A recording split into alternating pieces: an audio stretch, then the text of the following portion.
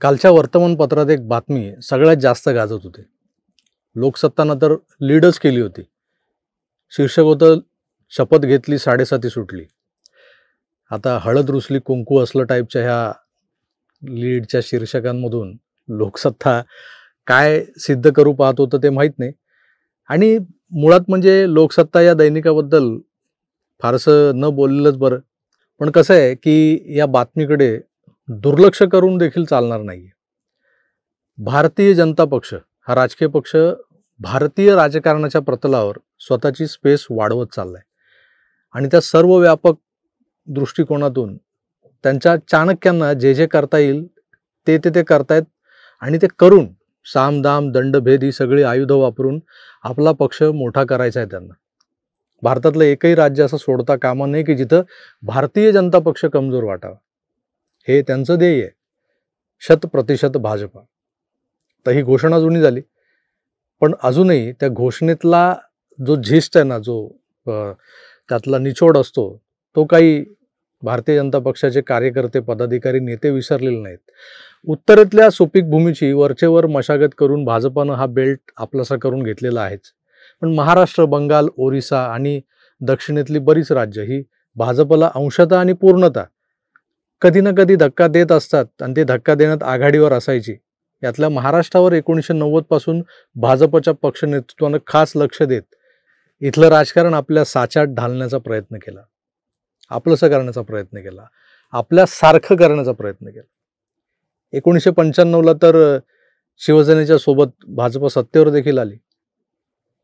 2014ला तर कमालच झाली. भारतीय जनता पक्ष आजवरचा त्यांचा स्वतःचा सर्वोत्तम परफॉर्मन्स जो होता तो मागे टाकत 123 जागा जिंकत सत्तेवर आला.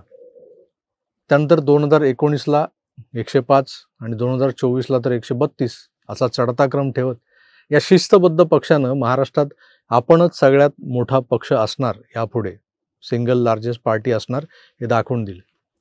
आता हा रुतबा, हा डौल, हा रुबाब कायम ठेवणं अत्यंत गरजेचं असतं.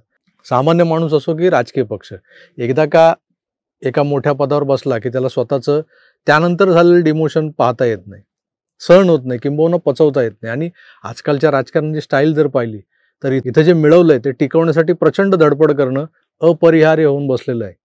राज्यातला भारतीय जनता पक्ष जो खरं तर चालवतात मोदी शहा दिल्लीत बसून, त्यातल्या त्यात अमित भाई आणि त्यांची टीम महाराष्ट्रावर बारीक लक्ष ठेवून असते.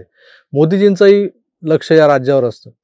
दिल्लीतून अश्विनी वैष्णव, भूपेंद्र यादव, शिवप्रकाशजी, BL संतोष या मंडळींना राज्यातल्या निवडणुकांचं व्यवस्थापन सोपवलं जातं. यावेळी सोपवलं गेलं होतं. एक जमाना होता अटल अडवाणी यांचा भारतीय जनता पक्ष, संघ स्वयंसेवक आणि प्रचारकांचा अभाव विपचार, तरुण कार्यकर्त्यांचा सॉफ्ट हिंदुत्व आणि स्वच्छ प्रतिमा जपत पांढर पेशा समाजाला आपलासा वाटणारा भारतीय जनता पक्ष तळागाळातल्या सामान्य जनतेत रुजवला तो 90तल्या भाजपा नेतृत्वानं. प्रमोद महाजनांनी तर भाजपला कॉर्पोरेट कल्चरचीही चव चाखायला लावली. पक्ष बाळसं धरू लागला होता तेव्हा. गोपीनाथ मुंडे, प्रमोद महाजन, एकनाथ खडसे, पांडुरंग फुंडकर असे अनेक नेते आहेत. कुणाकुणाची नावं घ्यायची. आता यांच्यानंतर महाराष्ट्रात विनोद तावडे किंवा त्यांचे समकालीन होते विनोद तावडे, पंकजा मुंडे, आशिष शेलार अशी काही तरुणांची नावं घ्यावी लागतील.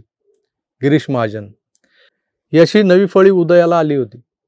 आणि तसं असताना देवेंद्र फडणवीस यांचं नेतृत्व उदयाला आलं आणि बघता बघता या तरुणानं महाराष्ट्र भाजपाचं राजकीय प्रतल व्यापलं. प्रचंड धोरणी, हुशार आणि अभ्यासू अशा नागपूर महानगरपालिकेतल्या तरुण नगरसेवकानं बघता बघता आमदारकी आणि पुढे विरोधी पक्षनेतेपद, भाजपचं प्रदेशाध्यक्षपद, ते मुख्यमंत्री असे एक एक टप्पे गाठले. या सगळ्या मंडळींच्या कल्पक नेतृत्वानं, म्हणजे फडणवीसांसकट सगळ्या मंडळींच्या, भारतीय जनता पक्ष महाराष्ट्रात नंबर 1 बनला. पण आता हे नंबर 1 पद टिकवून ठेवण्यासाठी सातत्यपूर्ण मेहनत करावी लागते. सतत आपल्या राजकीय स्पर्धकांवर नजर ठेवावी लागते, त्यांच्यावर मात करावी लागते. आणि हे सगळं केल्याशिवाय आजकालच्या राजकारणाला म्हणता येणार नाही, सत्ताकारणाला पर्याय नाही, हे लक्षात घ्या. ही आता अपरिहार्यता बनलेली आहे. ना उगलते बनताय ना निगलते बनताय, गले में अटकी हुई हड्डी बनलंय प्रकरण. त्यासाठीच महाराष्ट्रात एक खेला केला गेला, त्यामुळे भारतीय जनता पक्षावर प्रचंड टीका झाली होती. उजव्या विचारसरणीच्या लोकांनाही ते पटलं नव्हतं, मलाही पटलं नव्हतं, भाजपच्या कार्यकर्त्यांना पटलं नव्हतं. अगदी संघाच्या मुखपत्रातून या निर्णयावर टीका झाली. तो निर्णय होता 70,000 कोटींच्या घोटाळ्यातले आरोपी अजित पवार यांना सत्तेत सहभागी करून घेणं. बरं, याबद्दल सगळ्यात आधी ठोकलं गेलं ते देवेंद्रजींना. मग अनेक मतप्रवाह बाहेर आले की अरे नाही, ते देवेंद्रजींचं काम नाही. हा निर्णय तर वरून लादला गेलाय. वरून म्हणजे केंद्रातून, दिल्लीतल्या भाजपेश्वरांनी ठरवलं होतं, असाही मग सूर लावला गेला. पण अजितदादांना सोबत घेणं लोकसभेला जेवढं फळलं नाही, तेवढी कसर विधानसभेला मात्र भरून काढली गेली. भाजपचे 6 उमेदवार एनसीपीच्या एबी फॉर्मवर दादांच्या पक्षातून लढले आणि जिंकून देखील आले. दादांच्या 70,000 कोटींच्या घोटाळ्यांचा उल्लेख होत असताना त्याही आधी 2021 मध्ये दादांच्या स्वतःच्या आणि त्यांच्या पत्नी सुनेत्रा पवार, पुत्र पार्थ पवार, दादांच्या बहिणी यांच्या काही मालमत्ता या इन्कम टॅक्स विभागानं अटॅच केल्या होत्या. त्यांच्यावर धाड पडली, चौकशी झाली, मालमत्ता जप्त झाली आणि जप्त मालमत्तेची किंमत होती जवळपास 1,000 कोटी. उत्पन्नाच्या ज्ञात स्रोतांपेक्षा जास्त मालमत्ता जमवली, अर्थात ज्याला आपण बेनामी मालमत्ता म्हणता येईल, अशी मालमत्ता प्रोव्हिजनल अटॅच केली गेली होती दादांची. ही जप्ती प्रोव्हिजनल होती, परमनंट नव्हती. कारण प्रोब सुरू होतं, चौकशी सुरू होती. अशा प्रोव्हिजनल जप्तीमध्ये मालमत्ता सील्ड करून ठेवतात, पण त्या विकल्या किंवा लिलावात काढल्या जात नाहीत. सगळं जागेवरच असतं. अजितदादांच्या 1,000 कोटींच्या मालमत्ता 5 नोव्हेंबरच्या निकालाद्वारे आयकर खात्यानं मुक्त केल्या आहेत. निवडणुका 20 तारखेला झाल्या, निकाल 23ला जाहीर झाले. पण जोवर अजितदादा आपली भूमिका, आपला पाठिंबा जाहीर करत नाहीत, त्यांचा भरोसा नव्हता, तर जिंकल्यानंतर गेले असते काकांसोबत. जर काकांच्या महाविकास आघाडीच्या, उबाटांच्या, काँग्रेसच्या अशा एकत्रित जागा जर महायुतीला कुठेतरी टफ देणारा दिसल्या असत्या तर अजितदादा नक्कीच गेले असते. जोवर अजितदादा आपली भूमिका, आपला पाठिंबा जाहीर करत नाहीत, तोवर या निकालाचं जाहीर वाचन केलं गेलं नव्हतं. इकडे दुसऱ्या बाजूला दादा एका पायावर तयारच होते. भाजपाला हवा आहे की नको याचा विचार न करता त्यांनी आपल्या काकांचा कित्ता गिरवत बिनशर्त पाठिंबा जाहीर केला. भाजपच्या नेतृत्वाला जो कोणी नेता निवडतील त्याला आम्ही मुख्यमंत्री मानणार, त्याच्या नेतृत्वाखाली आम्ही काम करणार. ते निकालानंतर सतत हसत मुखानं वावरत होते, खुश होते, आनंदी होते. आता ते का खुश होते, का आनंदी होते याचा उलगडा काल अनेकांना झाला असेल मीडियातल्या बातम्या वाचून, खास करून लोकसत्तेची ती बातमी वाचून. कारण शपथ घेतली आणि 7.5 सुटली. खरंच 7.5 सुटली दादांच्या मागची.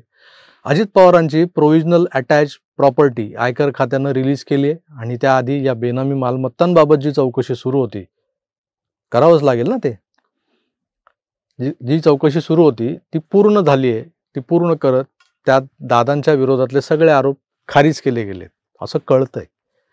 दादा दोषमुक्त झाले. मागेही 2019ला पहाटेच्या शपथविधीनंतर दादांना काही प्रकरणांमध्ये क्लीन चिट मिळाली होती. 2-4 फायली त्यांच्या क्लोज केल्या गेल्या. आताही ते भाजपासोबत आहेत, आलेले आहेत, एक दिलानं लढलेले आहेत. निकालानंतर त्यांनी पाठिंबा दिलेला आहे.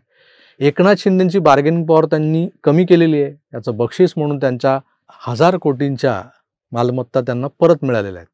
आता तुम्ही म्हणाल, भाजपच्या चाणक्यांची यात कसली पेरणी होती? शीर्षकात असं म्हटलंय ना. तर मित्र हो, ही पेरणी फार सुपीक डोक्यातून केली गेलेली आहे. आपल्या पक्षासमोर ऐनवेळी अडचणी निर्माण करू शकतील अशा शत्रूंचा जसा ते विचार करतात, अशा मित्रपक्षांची शेपूट आपल्या हातात ठेवण्याचा पुरेपूर बंदोबस्त करून ठेवलेला आहे. शरद पवारांचं महाराष्ट्रातलं वर्चस्व किंवा प्रस्थ संपवण्याच्या कामातला शेवटचा टोला, ज्याला आपण नेल काय म्हणतात, last nail in the coffin, ठोकताना भाजपच्या चाणक्यांना अजितदादा आपल्यासोबत असणं आवश्यक वाटत होतं. पण ते आपल्यासोबतही दगाफटका करू शकतात, कारण ते पवार आहेत. हे भाजपच्या चाणक्यांना चांगलंच ठाऊक आहे. म्हणून ते नव्या पद्धतीचं राजकारण खेळताना अशा चाली चालताना दिसत आहेत. कोणी स्वप्नातही विचार केला नव्हता की भारतातल्या एका राज्यातल्या सत्तेसाठी एवढा फुल प्रूफ डाव आखून party with difference, the Bharatiya Janata party, आपल्या विरोधकांचा असाही गेम करू शकते. तर गेम केलाय असं म्हणणं थोडंसं चुकीचं ठरेल. याला आपण आधुनिक राजकारण, सत्ताकारण म्हणू शकतो. सुरुवातीला मी जसं म्हणालो की भाजप या देशात सर्वव्यापी होण्याकडे वाटचाल करत आहे, तर त्यात दिल्लीतल्या मोजक्या चाणक्यांचं योगदान पुरेसं पडणार नाहीये. युपीत योगीजी, तिकडे आसाममध्ये हेमंत बिश्व शर्मा आणि महाराष्ट्रात देवेंद्र फडणवीस यांच्यासारखं नेतृत्व नसतं तर वरून सोडलेलं पाणी खाली मुरवताच आलं नसतं. स्थानिक पातळीवर एक्झिक्युशन पार्ट जो असतो, वरून ऑर्डर्स येतात पण एक्झिक्युशन पार्ट हँडल करायला समर्थ नेतृत्व नसेल तर चाणक्यांची चाणक्य नीती तिथं फेल ठरू शकते. पण राज्यातलं कार्यवहन ठरल्याप्रमाणे झालं आणि सत्ता तर आलीच आली. पण देवेंद्रजींना पुन्हा मुख्यमंत्री बनवण्यात जे काही अडथळे, आतले बाहेरचे सारेच अडथळे जे दिसत होते, हे सहज दूर करता आले. यातल्या भूपेंद्र यादव, शिवप्रकाशजी, अश्विनी वैष्णव यांच्यासारख्या अनेक पडद्यामागच्या कलाकारांवर एक एक स्वतंत्र एपिसोड बनवता येऊ शकतो आणि तो मी करणार आहे पुढच्या काही दिवसात. त्यांच्या अतुलनीय नियोजनासह संघाच्या भूमिकेवरही बोलावं लागणार आहे. पण ते सारं सविस्तर पुढच्या एखाद्या एपिसोडमध्ये. तुर्तास शपथ घेतली आणि 7.5 कशी टळली हे मी तुमच्यासमोर मांडलेलं आहे. आणि त्यातूनच चाणक्यांनी जी पेरणी केलेली आहे, ती पेरणी ही महाराष्ट्रापुरती नाही आहे, ती अख्ख्या देशात ही पेरणी सुरू आहे आणि भाजपा सर्वव्यापी होण्याकडे एक एक पाऊल पुढे टाकत सुटलेला आहे. तुर्तास मी इथेच थांबतो. पुन्हा भेटूच. तोवर आपली काळजी घ्या आणि पाहत राहा आकार DG9. धन्यवाद. नमस्कार.